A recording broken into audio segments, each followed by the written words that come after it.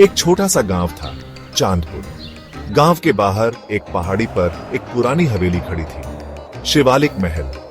लोग कहते थे कि हवेली भूतियां थी, कहानियां थीं भटकती आत्माओं की, रहस्यमय आवाजों की और अजीब घटनाओं की।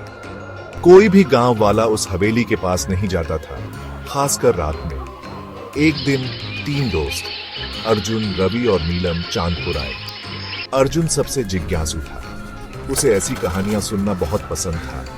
रवि थोड़ा डरपोक था, लेकिन दोस्तों के साथ जाने को तैयार हो गया। नीलम सबसे समझदार थी, उसे यकीन नहीं था इन कहानियों पर, लेकिन वह अपने दोस्तों को अकेले नहीं जाने दे सकती थी।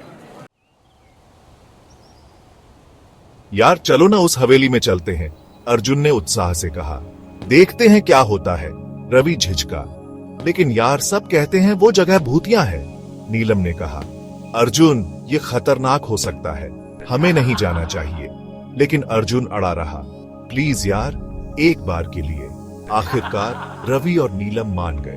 अगली सुबह तीनों दोस्त हवेली की ओर चल पड़े। जैसे जैसे वे पास आते गए, हवा ठंडी होती गई, पेड़ हिलने लगे, हालांकि हवा नहीं चल रही थी।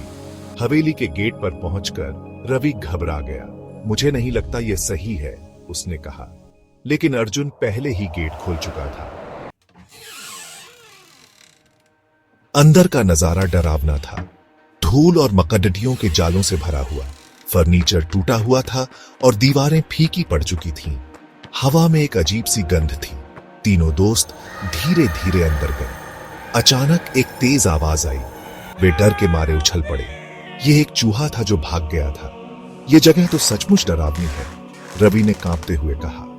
वे ऊपर की मंजिल पर चले गए। हर कमरे में एक नया खौफ उनका इंतजार कर रहा था।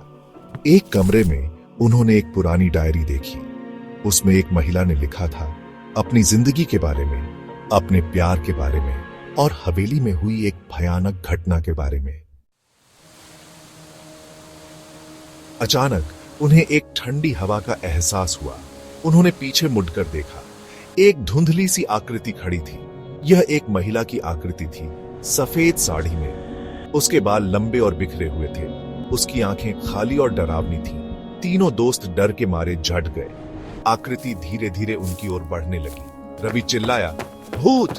वे भागे, जान बचाकर।